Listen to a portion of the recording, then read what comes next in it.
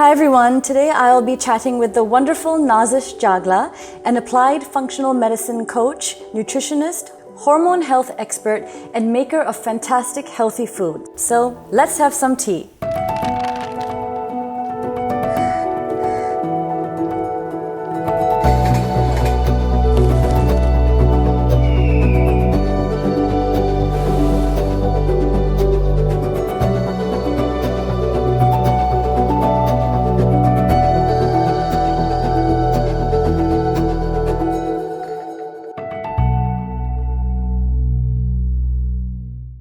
So Nazish, thanks again for being here with us. Thank you so much for having me.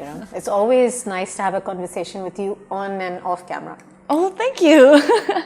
So Nazish, tell us a little bit about what your work entails and what led you to choose this line of work.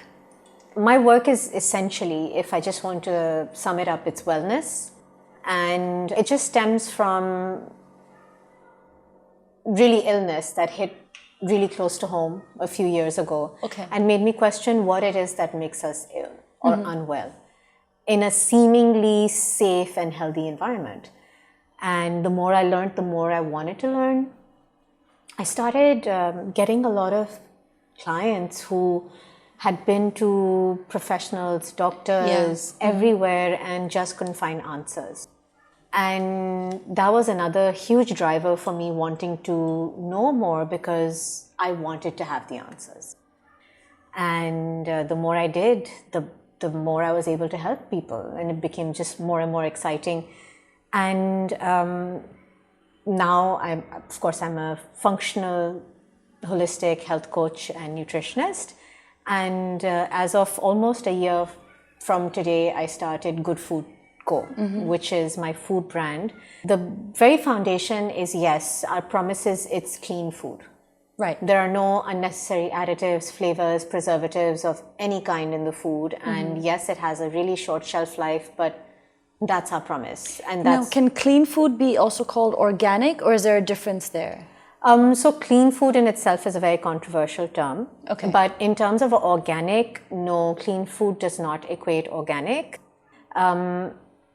Organic has a lot of other requirements to it, from how the raw material is actually grown or nurtured in the case of an animal. Clean, by clean I essentially mean that I'm not putting anything in it that's going to be bad for you in any way, or is a chemical derivative of even something natural. So even if it's an almond butter, it's literally the nut itself. There are no added oils, no thickeners, nothing. It's very like pure, that, right? then. Absolutely. The second promise with Goodfood Co. is that we're not going to take your joy of eating out of the food. That's great. That's most important, I think. I've had so many people ask me what the calorie count on one of my cookies is, or if I'm willing to make it sugar-free, and usually my answer is no. I do understand that some people absolutely cannot have sugar, but I feel like there's this massive trend towards people thinking that putting a sweetener in a food is a lot healthier than just consuming a controlled amount of sugar. And unless you're seriously unwell, I feel like having a little bit of sugar once in a while is perfectly all right. And that's why there's lots of ghee in my food. And ghee is super, it's amazing for you, right?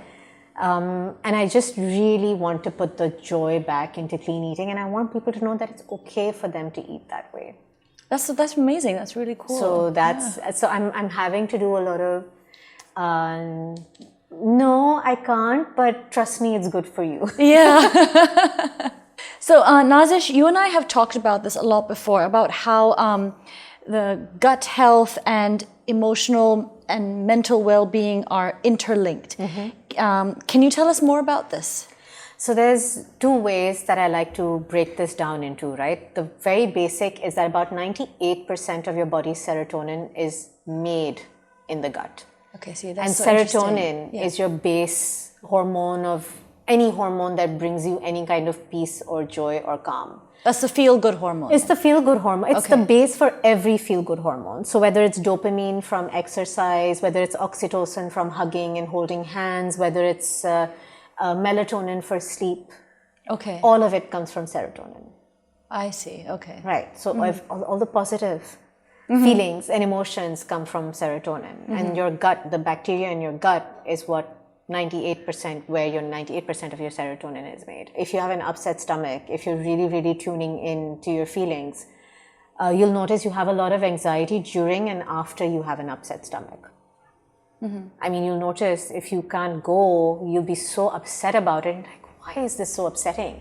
It's because there is a direct connection. And then the second major connection is the vagus nerve. Okay. Which is the body's largest nerve. It originates in the base of the brain. Okay. And ends in the gut. Okay. So you've got trillions of nerves initiating from the vagus nerve, with lots and lots of branches, and then which then branch out and then branch out and then branch out. But there's this one big solid nerve that's going into your gut that we've known about for the longest time, but over the last 6 years or so, a lot of research is being focused on the vagus nerve. And they've discovered that there's two-way communication. How It's like interesting. a direct hotline to the president of the most powerful nation in the world. Okay. So, you know, like when you're traveling, you'll often lose your appetite, or Yeah. you get an upset stomach, or you get really anxious. So that's knowledge of what's to come from the outside environment that's being transmitted to your gut. Similarly, let's say you have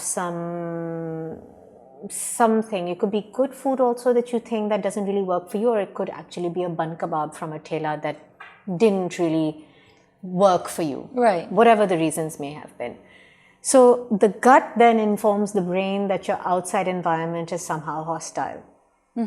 And your body kind of starts to shut down.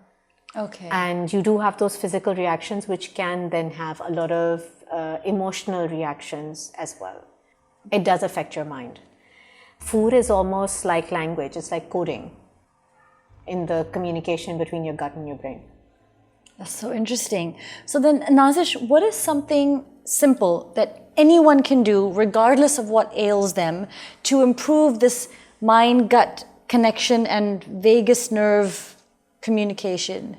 So what is missing more often than not, and almost always, is an actual awareness of that connection.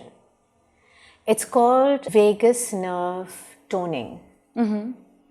Just a lot of deep breathing can actually calm not just your anxiety or your sadness or whatever emotions you're feeling, but it can actually calm your gut too. Okay. So it's highly recommended that before you begin a meal, you just take 3 really deep breaths. Okay. And you'll digest your food much better. Okay, I'm going to try that. So yeah, it works. It really, really works. And that's why yoga's always had it right. They're all about the breath. Do you think certain societal conditions here, combined with expectations and this construct of, you know, put up with it or log kya kahenge, do you think this causes more gut health issues or vagus nerve imbalances in women here? Absolutely. I think with women, it's really, really important to understand that we're cyclical beings, physically and emotionally, because we have a menstrual cycle. And our bodies literally change from week to week to week. It's not even month to month, essentially, right? And it's important to know that our microbiome is different because our hormones are also different. And if our microbiome is different and our hormones are shifting, then our microbiome is also shifting. And if you are in an environment or a society that's telling you to suck it up, yes, you're definitely you're repressing your own feelings. So that is automatically disconnecting you from what we just spoke about really truly connecting with your body. If you eat a meal tonight with your best friends, and you eat the same meal tonight having fought with your best friends, you are going to feel a massive difference when you wake up in the morning. Yeah, that's true. Your digestion is instantly impaired by stress and your environment. So women do tend to suffer a bit more from stress. And I know that men are generally considered very stoic because they have to be the men and they have to bear the stress of working and taking care of their families. But traditionally, they do get the respect and recognition that they rightly deserve for the role they're playing in the home. But women tend to be overlooked and never really recognized for that. They do. And it is a travesty. And I do believe that women are definitely under more stress. And then as a result, their guts are much more impaired. Okay. I mean, and there are women I coach who convince their husbands to come and get coaching as well. And they're having a grand old time compared to their women. Yeah. It's amazing how completely out of touch they are with what's going on with them. Oh, yeah. Not that they mean to be. I'm not saying that they mean to be out of touch, but it's a truth. So, Nazish, in your work experience, what are maybe one or two of the main contributing factors for inflammation or gut health issues for women here? We've talked about one for sure, that's stress. It's a really big one. Yeah. But, I would never say to a client, you need to cut back on your stress. Because that's modern day living. We're all living with stress. We're all under a lot of pressure. We're all playing multiple roles. We've got so much happening in our lives. Doesn't matter how old we are. My clients are 14 years old to like 67 years old. And everyone's stressed. So then is it a matter of how you manage the stress or internalize the stress or? Absolutely how you manage it. Okay. And your perspective towards it. What it's doing to you, and sometimes, especially with women, it's about just saying, it's okay to delegate and it's okay to let go. I'll give you a small example. I had a client who was very, very stressed out, very serious gut issues. And her daughter, during a pandemic, what homeschooling has been like. She's under a lot of pressure from school. And I said, look, I'm going to talk about what you can take for that cramping in just a second.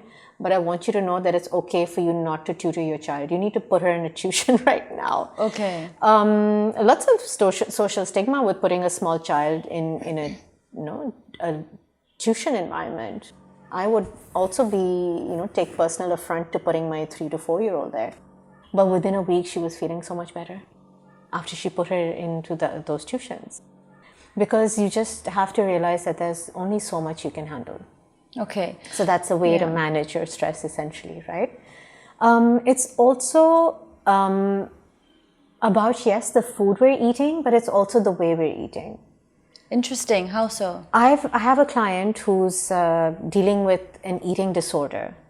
And we've realized that she does much better when she's not eating at the table with her family.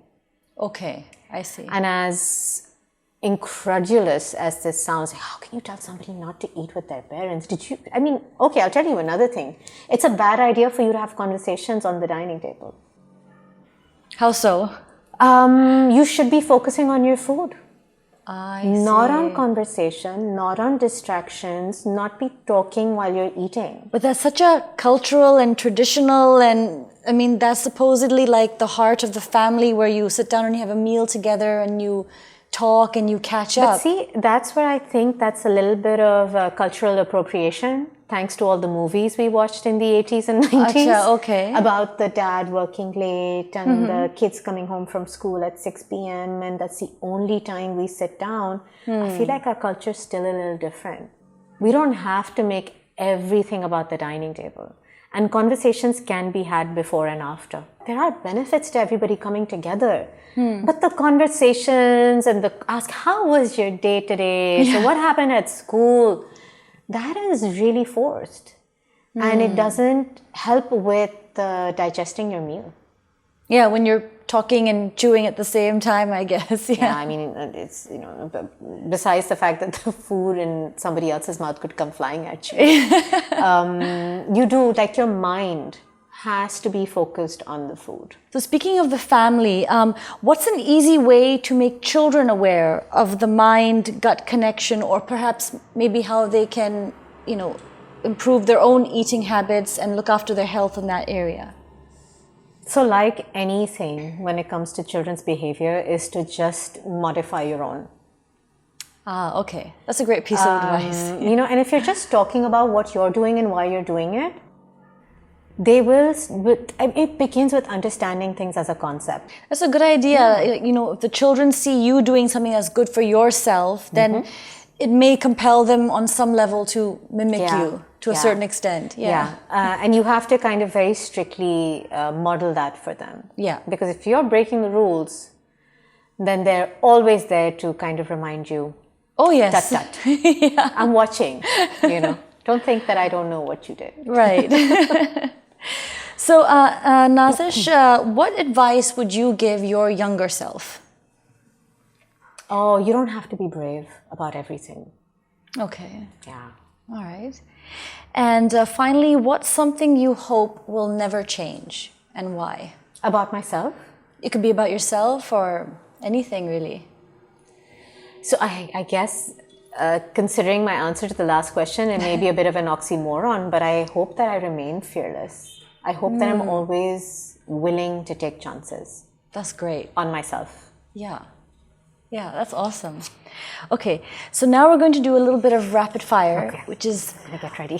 Fun questions, you know, easy answers. Okay, so what is the best way to spend a Sunday? Doing what I love. What I love. Yeah. I understand that it's family day, but yeah, doing what I love. Okay. Yeah. A book you're currently reading? I am reading The Starless Sea. If you were to describe yourself in just 3 words, what would they be? Oh my God. Unfiltered. Which is great. Hopeful. And fearless. Oh, that's awesome. Yeah. Okay.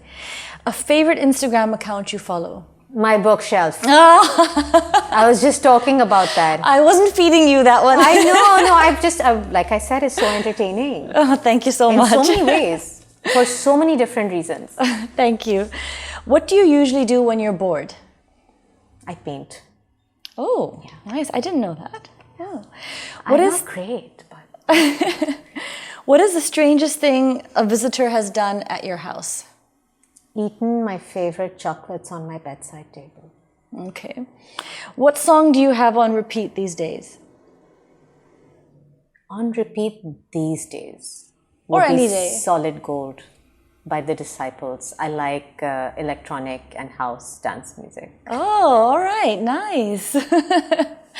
Well, on that musical note, Nazish, thank you again so much. It was really fun talking with you and informative. I'm so glad. It makes me feel so great when somebody brings up whatever I do manage to put out there. The fact that it is actually information people can understand means so much. Thank you so much for having me. It's always so much fun. So guys, do check out Nazish's Instagram pages, Goodfood PK and Nazish C.